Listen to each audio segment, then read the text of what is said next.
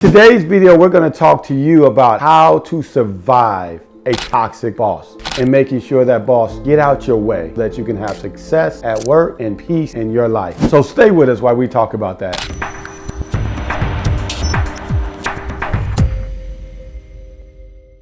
Dealing with a toxic boss can cause you a lot of heartache and pain. Believe me, I have dealt with a few in my life where sometimes they bring their baggage to work. Sometimes they bring their biases to work. Sometimes they bring their frustration and just their personality to work and don't really understand how to work in a team and a professional environment, and they cause things to be toxic. So what do I mean by a toxic boss? Sometimes the boss is getting loud or getting frustrated or getting angry, and there's no place for that in a work environment, and people have to deal with that every day. And so we're going to talk about some ways that you can get rid of that. Bosses that favor people over another and create a very toxic environment. Acknowledge certain people and don't acknowledge others. Create a toxic environment. Bosses that take the credit for everything. And I think a few of you all may have seen that, and it creates a toxic environment. And if you have dealt with any of those things, make sure you drop something in the comments and let us know if you ever dealt with that. But today I'm going to give you a few steps that you can use to be able to combat that. And the first one is just maintaining your professionalism. It gets emotional, stay professional. It gets frustrating, stay calm and stay professional. Why? You never want the boss to be able to put it on you. The boss has some power over you, have some power over the organization. Maybe someone entrusted that wrong individual to lead a team. You see that happen sometimes. So in order to do that, you want to always stay calm. I have a story about my daughter. She had a teacher that was very emotional, very explosive, if you will, at school. She was a 9th grade in high school at that time, 4 or so years ago. And that teacher would get angry and have these explosive episodes in class. And so she had a few on my daughter.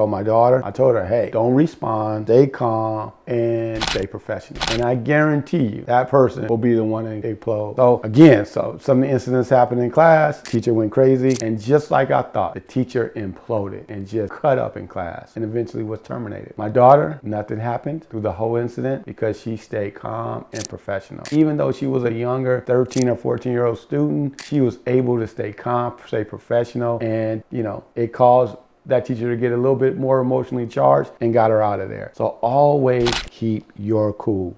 And when you keep this cool, set those boundaries, right? If that person is very angry and explosive, say, hey, I would love for you to just talk to me in a calm manner. If that person is biased towards other people, say, hey, as you have these meetings, it'd be great if you can acknowledge the whole team. We're all on this team together and we're doing the work to move it forward, right? If the boss is giving someone always awards and credit and not sharing it amongst the team, let them know. Or if it's your ideas and they're still in it, say, hey, it's a great idea. You did great. It'd be great if you acknowledge the team. Sometimes that small nudge, right? Setting those boundaries and setting those expectations can get someone to see that change. Sometimes it can't. It's just the leadership style and it's an unfortunate thing. And so you have to figure out to continue how you maneuver around it, right? And that's when you start looking for opportunities in other departments, promotions, other opportunities if it persists too long, right?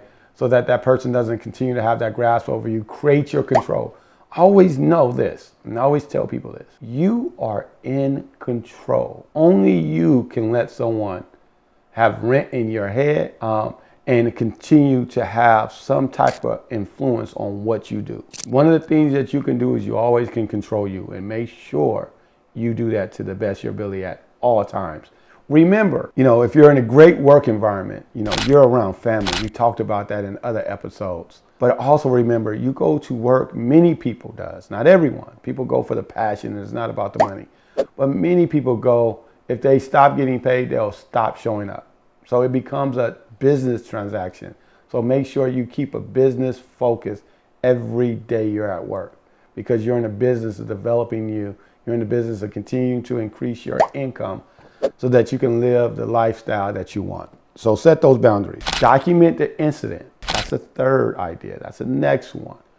Document your incidents. Every time it happens, document it. What many people do is saying, he did that 1 month ago, or he did it twice last year, and he said this, and okay, what did he say? Well, I forget, but I remember him doing it or her doing it in a meeting. That doesn't work when you're trying to set someone accountable. You have to document the incident, right? And again, you have to document that incident. And anytime and anything that you do, you want to document it. So what are some of the tips for documentation? I do this sometimes. I may do a journal. Send myself an email, and it's to my personal account, right? Because that email is now telling me when it happened, what date it's happening. I document it, now it's real. And so when something happens, you can always say, hey, I'm gonna put my email, because I email myself every time something that happens. So you can document it right on paper, you can document it to yourself in email, but make sure you have some documentation so that if you have to bring up those incidents, you know exactly how many times it happened, you know exactly when, and you know exactly why. So make sure the narrative in that documentation clearly articulate what occurred in that situation. One of the other things is, seek some support, right? You got peers, you got family, you have EAP, which is Employee Assistance Program. You have all these mechanisms to be able to have some conversations. Maybe not with your coworkers at work, right? Because that may be unprofessional, but you want to find people that you can trust, probably outside of that work environment, that you can lean on to really help guide you. There's a lot of people and a lot of different avenues that you have that you can get guidance. You can get some mentoring, you can get some encouragement, you can get some counseling, all those things so that you can be successful. So just make sure that you seek some type of support for what you're going through, because a toxic boss can not only create toxic environment at work, but sometimes you bring that home, right? And or you cope with it in other mechanisms that probably aren't good for you. So just make sure you have some release valve. Always have that release valve. And last but not least, consider escalation, right? And that may not be for all cases, right? But, someone in HR that you can trust, right? If you're working in a union state, someone that you can go to, a labor person, maybe a higher level boss than your boss, and saying this environment is causing some issues. And be careful how you do it. Know that territory, because even though it's illegal to retaliate, we know that's the truth, right? So be mindful in how you do that. But those are avenues that you can do.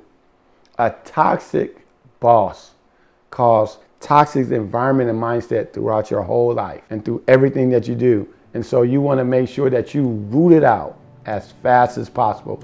So make sure you're looking at, how to maintain your professionalism, maintain and set boundaries, document the incident, seek that support, and then know when to escalate it, because those are all things that you can do to get that toxic boss out of your life. In many cases, if you do this properly and well, you'll get him or her out the organization, and that's the most critical part. Because leadership and management, has to be something that brings a team together and not break them apart. I'm Dr. J with 2 Doc Minds.